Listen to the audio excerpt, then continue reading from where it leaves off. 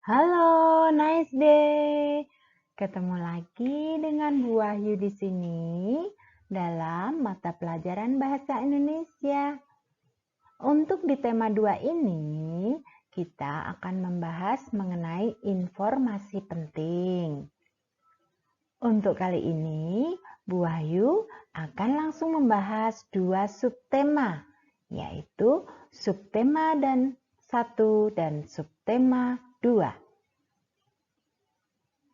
Menemukan informasi penting serta menuliskan pada peta pikiran. Yuk kita bahas bersama-sama mengenai bahasan tersebut.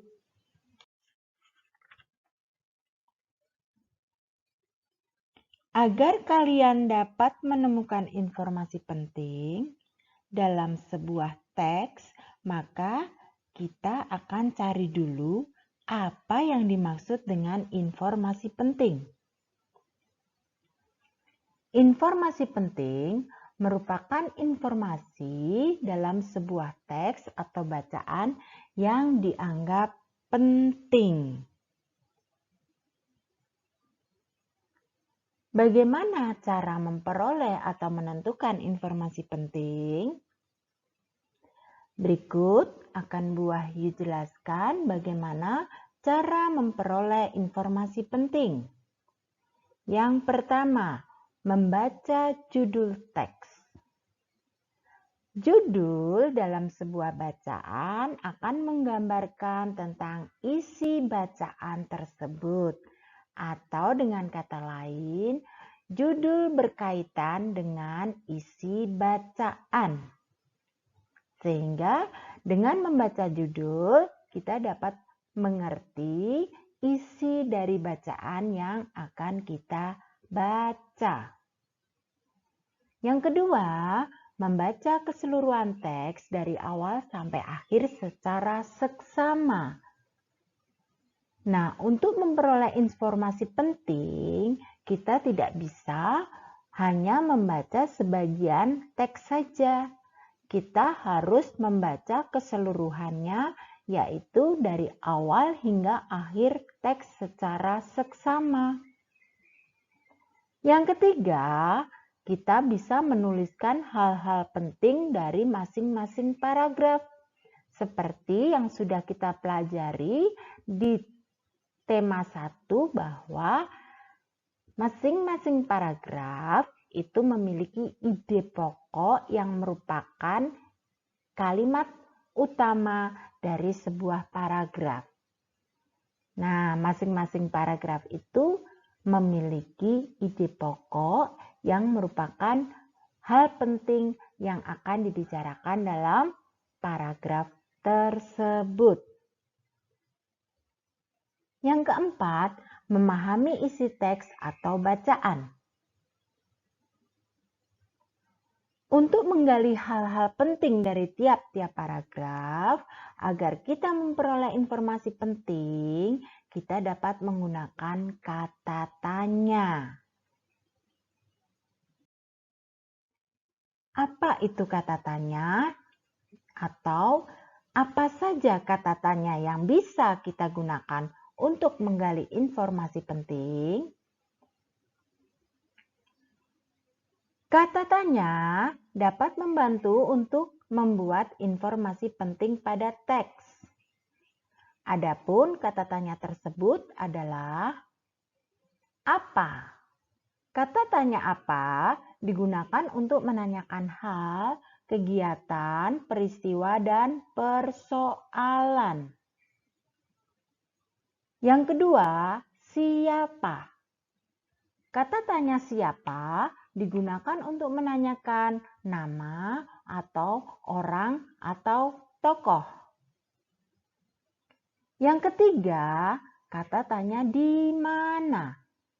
Di mana ini kata tanya digunakan untuk menanyakan tempat terjadinya peristiwa. Yang keempat, bagaimana. Kata tanya bagaimana digunakan untuk menanyakan cara atau keadaan. Yang kelima, kata tanya mengapa digunakan untuk menanyakan sebab. Lalu, kapan? Kapan digunakan untuk menanyakan waktu terjadinya peristiwa. Baik, dalam menggunakan kata tanya, kita harus membuat kalimat tanya. Nah, dalam membuat kalimat tanya, jangan lupa untuk menggunakan kalimat yang efektif. Dalam mencari informasi penting, kita menggunakan peta pikiran dengan bantuan kata tanya dalam bentuk kalimat yang efektif agar mudah dipahami oleh orang yang membaca atau mendengar. Apa yang dimaksud dengan kalimat efektif? Kalimat efektif adalah kalimat yang sesuai dengan kaidah bahasa, baik ejaan maupun tanda bacanya, sehingga mudah untuk dipahami oleh pembaca atau pendengarnya. Ciri-ciri kalimat efektif apa ya? Nah, ciri-ciri kalimat efektif adalah memiliki unsur penting atau pokok. Dalam sebuah kalimat, kita pasti memiliki beberapa unsur penting seperti subjek, predikat, objek, dan keterangan waktu. Paling tidak, dalam membuat kalimat efektif, kita harus memenuhi unsur subjek dan predikat. Anak-anak tentunya masih ingat ya pembelajaran tentang membuat kalimat? Ya, nanti dalam meeting kelas ada yang belum jelas, boleh Bu Ayu ulang lagi. Yang kedua, menggunakan struktur bahasa yang tepat.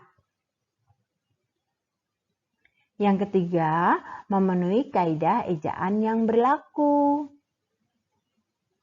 Yang keempat, menggunakan pilihan kata atau diksi yang tepat sesuai dengan kebutuhan. Nah, itulah anak-anak ciri-ciri kalimat efektif. Kesimpulan. Dalam pembelajaran subtema 1 dan 2 ini, kalian mempelajari tentang 1. Apa itu informasi penting? 2. Bagaimana cara menemukan informasi penting?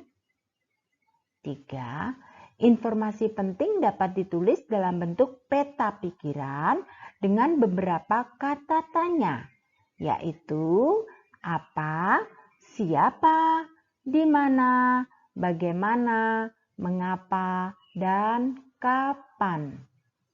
Keempat, dalam membuat peta pikiran, kita menggunakan kalimat efektif agar mudah dipahami oleh orang yang membaca atau mendengar. Yang kelima, apa ciri-ciri kalimat efektif? Baiklah anak-anak, dari penjelasan subtema 1 dan 2 yang Bu Wahyu sampaikan, kalian dapat berlatih dan mencoba mengerjakan aktivitas bahasa Indonesia yang ada di LKS loh. Tentunya LKS tema 2, subtema 1 dan 2. Selamat belajar ya, tetap semangat dan selalu happy. Karena kalau belajar dengan happy, kita akan cepat bisa.